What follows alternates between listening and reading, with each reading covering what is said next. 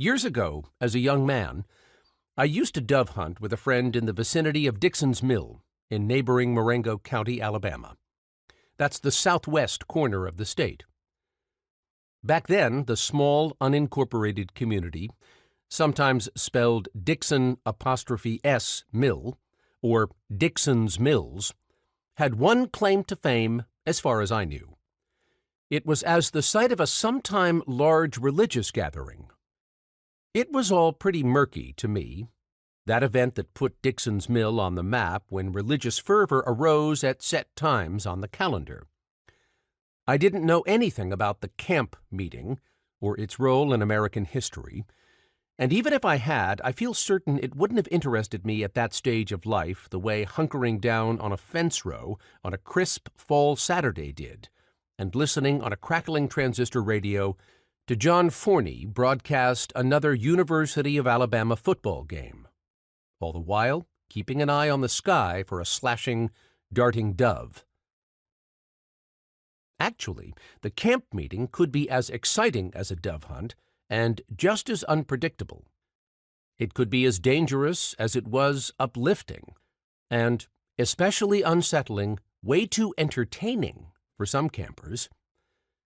Sure, you expected birdshot to rain down on your head occasionally in a dove field, but when heaven and earth got together at a camp meeting, well, you never knew where the stinging pellets might fall, or where they were coming from, or whom they might hit.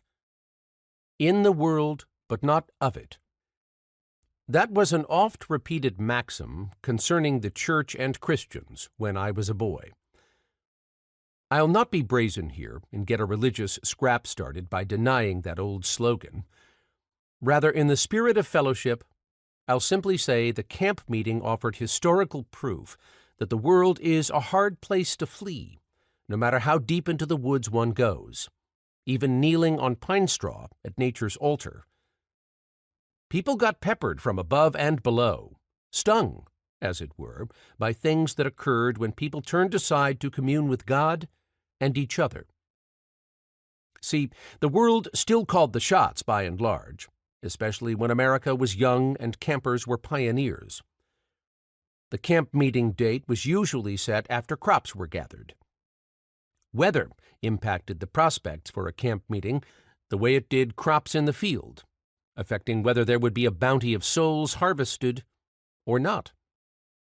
Worldly contrivances, such as the railroad and automobile, made it possible for more people to camp, but then quickly became reasons to don sackcloth and ashes as innovations that took Americans away from camping and God.